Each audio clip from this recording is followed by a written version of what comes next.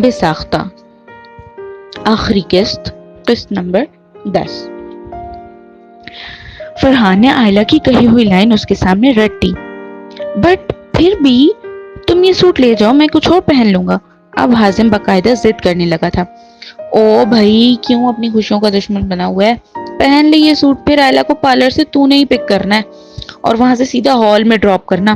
دیکھ بھائی، تیرے دل کی حالت میں سمجھ سکتا ہوں، ایک آخری موقع ہے میری بہن کو امپریس کرنے کا، کیا پتا وہ اپنا فیصلہ بدل دے۔ فرحان نے ایک آنکھ دباتے ہوئے حازم کو شرارت سے مسکراتے ہوئے کہا، جبکہ حازم کو لگا کہ وہ اس کی بے بسی کا مذاق اڑا رہا ہے، اس لیے وہ اور غصے سے اپنی آنکھیں بڑی کرتا کھا جانے والی نظروں سے فرحان کو گھور رہا تھا۔ او بھائی، تھوڑا قہر کچھ دیر بعد کے لیے بچا کے رکھنا، اور ہاں، میں مہمانوں اور باقی فیملی کو ہال میں ڈراپ کر دیتا ہوں، اور اسفر ذرا اپنی تیاری میں بزی ہے۔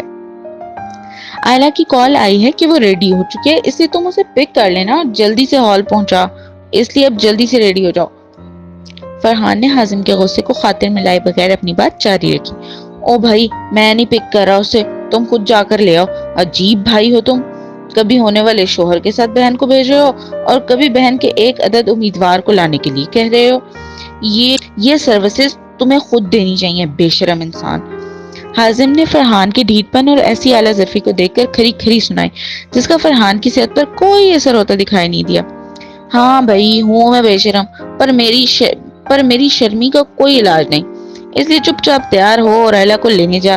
فرحان نے بھی ڈھیٹ ہونے کے سارے ریکارڈ توڑتے ہوئے حازم کو مزید جلایا۔ اس سے پہلے کہ حازم انکار کا کوئی اور جواز پیش کرتا، اس کی امی وہاں آ گئیں۔ ارے فرحان بیٹا، تم نے ابھی تک حازم کو اس کے کپڑے ہینڈ اوور نہیں کیے، جلدی دو اس کو، نیچے چلو، سب تمہارا ویٹ کر رہے ہیں، پہلے ہی اتنی دیر ہو چکی ہے۔ انہوں نے فرحان کے ہاتھ میں ڈریس دیکھتے ہوئے جو حازم نے اسے واپس تھما چکا تھا عجلت میں کہا۔ فرحان وہ ڈریس حازم کے ہاتھ میں دوبارہ سے تھما کر جلدی سے کھسک گیا۔ بیٹا تم بھی جلدی ریڈی ہو، آئلہ کو بھی پک کرنا ہے تم نے، وہ کب سے انتظار کریے، اسے جلدی لے کر ہال پہنچو۔ ندا اسے آرڈر دیتی وہاں سے چلی گئی۔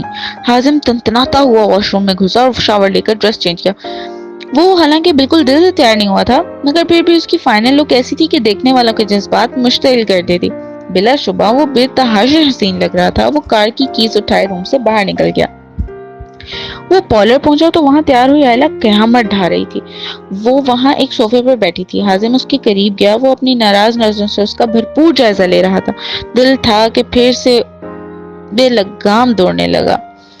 اس پل دونوں کی حالت ایسی ہی تھی۔ آئلہ اپنی جگہ سے کھڑی ہو چکی تھی، وہ دونوں ایک دوسرے کی نظروں میں بے ساختہ اپنی محبت کی کہانی سناتے گئے۔ ایک سحر تھا کہ جس نے دونوں کو مضبوطی سے جکڑ لیا تھا۔ یہ سحر تب ٹوٹا کہ جب آئلہ نے پزل ہو کر اپنی نظریں نیچے جھکا لی۔ حازم کی ہارٹ بیٹ پھر سے اس کی اس ادا پر بے ترتیب ہوئی۔ اس سے پہلے کہ وہ اپنا کنٹرول کھو کر کوئی گستاخی کرتا، اس نے اپنی نظریں آئلہ سے ہٹا کر اسے چلنے کو بولا۔ آئلہ اس بات میں سر ہلاتی اس کے ساتھ اس کا ہاتھ پکڑ کر چلنے لگی۔ آئلہ کے نرم ہاتھوں کا لمس اسے عجیب سا احساس بخش رہا تھا۔ وہ بیک وقت اس کے انداز سے اپنائیت اور اجنبیت محسوس کر رہا تھا۔ حازم نے جواب طلب نظروں سے آئلہ کو یکجا ہاتھوں کو دیکھا۔ وہ میں ہائی ہیلز میں کمفرٹیبل نہیں رہتی نا، اس لیے بیلنس نہیں ہو پا رہا صحیح سے، اس لیے اپنے ہاتھ کا سہارا لینے دو مجھے۔ آئلہ نے اس کی نظروں کا مفہوم پا کر جواب دیا۔ حازم اس کی بات سمجھتے ہوئے مضبوطی سے اپنا ہاتھ تھامے آگے بڑھ گیا۔ وہ دونوں کار میں بیٹھ چکے تھے۔ آئلہ آج بھی فرنٹ سیٹ پر اس کے ساتھ بیٹھی تھی۔ حازم ابھی بھی شکوہ کنا آنکھوں سے اس کے دل پر وار کر رہا تھا۔ تم نے اچھا نہیں کیا میرے ساتھ۔ کیا تھا جو تم مجھے معاف کر دیتی؟ وہ اپنی طرف سے ایک بھرپور شکایت کرتا گاڑی سٹارٹ کر چکا تھا۔ آئی تھنک تم نے کچھ ایسا نہیں کیا جس کے لیے تمہیں معافی کی ضرورت ہو، اور میں نے بھی تمہارے ساتھ کچھ برا نہیں کیا جس کے لیے تم مجھ سے شکایت کرتے پھر رہے ہو۔ آئلہ نے چہرے پر معصومیت بھرے انجان ہونے کے اثرات پیدا کرتے ہوئے پھر سوچ انداز میں کہا، اوہ ریئلی، یہ تم نے طنز کرنے کا اور مکرنے کا کوئی نیا طریقہ ڈھونڈا ہے؟ حازم نے تب کر کہا، میں طنز نہیں کر رہی، آئی مین وہ بات جس کے لیے تم نے ایک ہفتے سے معافی مانگ کر میرے کان پکائے ہوئے ہیں، اس میں معافی مانگنے کی کوئی تک نہیں بنتی۔ اب اتنے سے مذاق تو کزنس میں ہوتے ہی رہتے ہیں، اس لیے میں نے تمہیں معاف نہیں کیا، کیونکہ اس بات کے لیے میرے ہاتھ سے تو معافی مانگنا بنتا ہی نہیں۔ ہی۔ آئلہ نے اپنے دانت نکالتے ہوئے اپنی ایک بالکل ہی نئی لاجک حازم کے سامنے پیش کی۔ حازم کے کان تک غصے سے سرخ ہو چکے تھے۔ یہ بات تم مجھے اب بتا رہی ہو؟ تمہیں شرم نہیں آتی ہے کرتے سے اس بات پر؟ تم مجھ سے تگنی کا ناچ نچوا رہی ہو۔ او مسٹر، میں نے تمہیں دعوت نہیں دی تھی کہ تم میرے لیے ترلے کرو۔ اب چپ چپ کار ڈرائیو کرو اور میرا موڈ خراب مت کرو، اور خبردار میری نکاح کے حوالے سے کوئی بات کی تو یہ میرا پرسنل میٹر ہے، میری مرضی میں کسی سے بھی کروں۔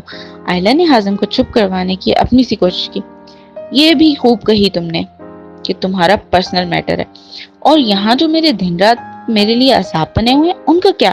آئلہ، اللہ نہ کرے کہ تمہیں وہ اذیت ملے جس سے میں گزر رہا ہوں، وہ بھی تمہارے لیے۔ حازم نے انتہائی کرب سے کہا۔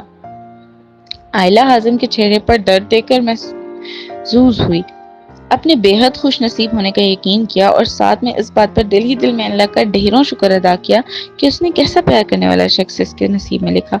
آمین، اور تم بھی حوصلہ رکھو، تمہیں تمہارے صبر کا صلہ ضرور ملے گا، آئلہ نے شرارت سے حازم کی طرف دیکھ کر کہا۔ وہ اس کے چہرے پر چھائے ان شریر تاثرات کا مطلب نہیں سمجھ پا رہا تھا۔